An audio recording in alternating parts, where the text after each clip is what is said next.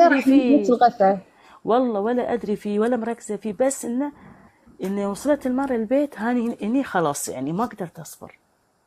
شوي شوي بتوصلوا لي بنات غير. لحظة، شوي يعني شوي نادرة هو هو هذه المرة تبع هذاك صح؟ ايوه، وسياره ايه واحده يعني جايين.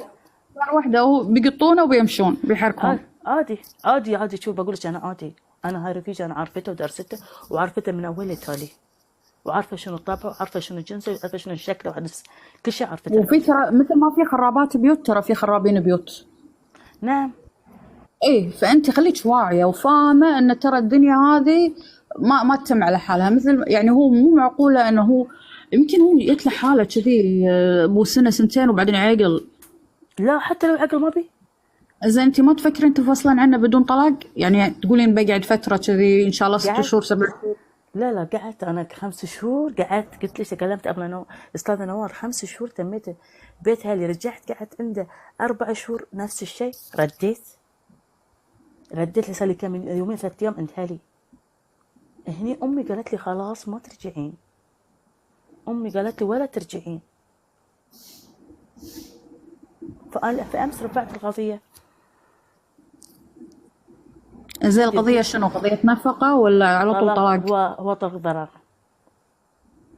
يعني انت ما بدك ماينت، يعني حتى مو خلاص. موضوع مثلا نفقه لا بالبدايه لا لا لا وكذي لا وجيت اثنان. لا خلاص اي طلاق ولا ضرر على طول. تحرقين كل الكروت عشان انتي لما بعدين لقدام تقعدين مع نفسك تقولين انا سويت كل اللي علي، عرفتي؟ نعم. لا عشان ما والله تحسين بالذنب. لا لا الحمد لان عادي لله. ترى بعد سنة سنتين شفتي المهرجان اللي انت الحين فيه ايوه. والاذية والهذا والدنيا بعد سنتين طلاق، انا اقول لك اياها كل هذا ممحي، كل هذا منسي، وتقولين انا شنو سويت؟ وين كان عقلي؟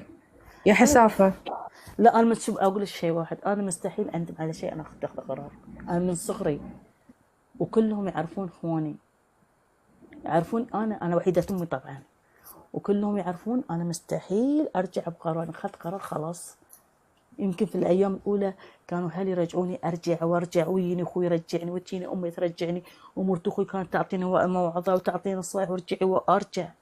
بس الحين خلاص، الحين لدرجه حتى مرت اخوي كلمتني اليوم قالت لي هاش قلت لهم خلاص. اخوي كلمني قلت له قال لي اخوي خلاص روحي المحاميه ولا تعب علي انا. قلت بس خلاص هاللي انا بيه. طيب موضوعك موضوع وبينتهي طلاق. طيب والعيال؟ العيال بيعيشون نفس معاش اخوانهم. اكو اخو ضابط اخوهم ما شاء الله الحمد لله. ترى اخوانهم ما في صله بين الابو، لان الابو من خلاهم قال ما لي صله فيهم، يوصلوني انا، يتواصلون معي انا.